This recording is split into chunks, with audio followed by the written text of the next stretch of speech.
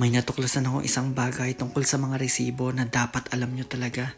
Tuwing bumibili tayo ng kahit ano ay palagi tayo nakatanggap ng mga resibo. Yung iba ay tinatago pa nga dahil may mga coupons. Sobrang importante itong bagay na to na dapat lahat tayo ay alam natin. Kanina lang to nangyari nung pumunta kami ng anak ko sa convenience store. Nahihirapan matulog ang baby ko kaya kinarga ko muna siya at pumunta kami sa convenience store para makatulog siya.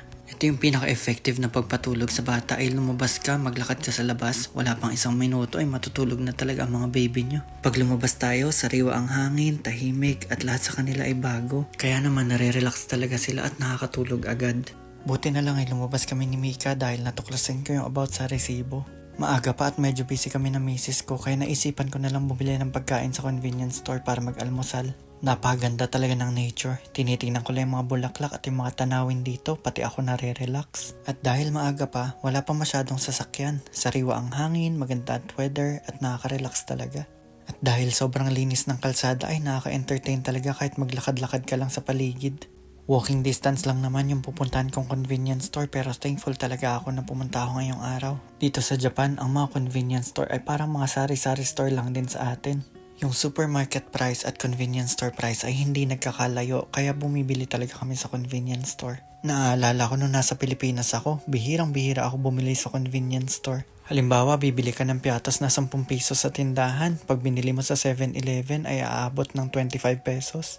May nadaanan nga akong river. Minsan nakakatakot ito kapag umuulan kasi para siya mag-overflow. Pero so far sa stay namin dito ay hindi pa naman to nag-overflow ever. At ngayon nandito na kami sa Family Mart para bumili ng almusal. Marami ring healthy options sa convenience store kahit mga biscuits o bento. Meron din mga supplements kagaya nito. Secret na mga Japanese yan, pampaganda ng kutis. Minsan nalilito na ako sa pera ng hapon. Pareho itong 1,000 yen pero magkaiba sila. Pagkabayad ko ay binigyan ako ng resibo. Pero kakaiba ngayon dahil nanalo ako ng 50 yen discount pag bibili ako ng siopaw. Sobrang unusual ng swerte ko ngayon kasi pagkakuha ko ng resibo panalo ulit ako ng 50 discount. So ang ending ay 2 yung binili ko ng siopaw. Pero kakakain lang namin ito, hindi to masyadong healthy. Pag uwi ko ay 3 resibo yung dala ko.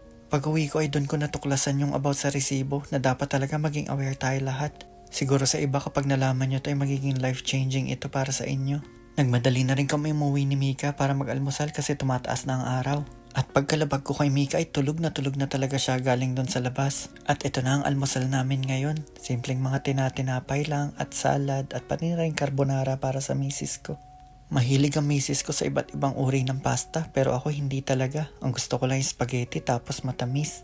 Kahit sa convenience store ka lang bumili ay masasarap naman ang pagkain nila. Yun nga lang mag-ingat lang tayo kasi hindi lahat ng pagkain talaga ay healthy.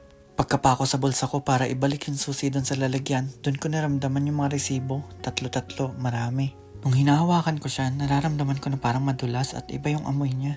Out of curiosity, trinay kong linyahan yung resibo at talagang sumusulat siya. Na-amaze talaga ako ron para siyang yung mga laruan ng mga bata. Pinag-aralan ko sa Google kung paano nangyayari yung magic na yon at eventually napunta ako sa isang research. Ang sabi ron ay gawa sa thermal paper ang mga resibo. Ang thermal paper ay may bisphenol na nagdi-disrupt daw o sumisira dun sa hormone balance natin. Kapag palagi tayong exposed sa thermal paper ay prone tayo sa obesity, infertility at cancer. Hindi lang mahalaga to sa mga health conscious kundi mahalaga din to para dun sa mga gusto magkaanak.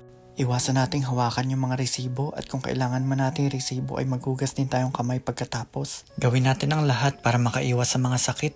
Ang sabi nga nila, prevention is better than cure. Kaya para maalagaan natin ang ating mga mahal sa buhay ay alagaan muna natin ang ating mga sarili. Pag healthy tayo, mahaba pa yung time na makakasama natin ang ating mga mahal sa buhay at enjoy natin. Kung may mga goals kang gustong ma-achieve, mahalaga maging healthy para magawa mo yung mga bagay na dapat mong gawin.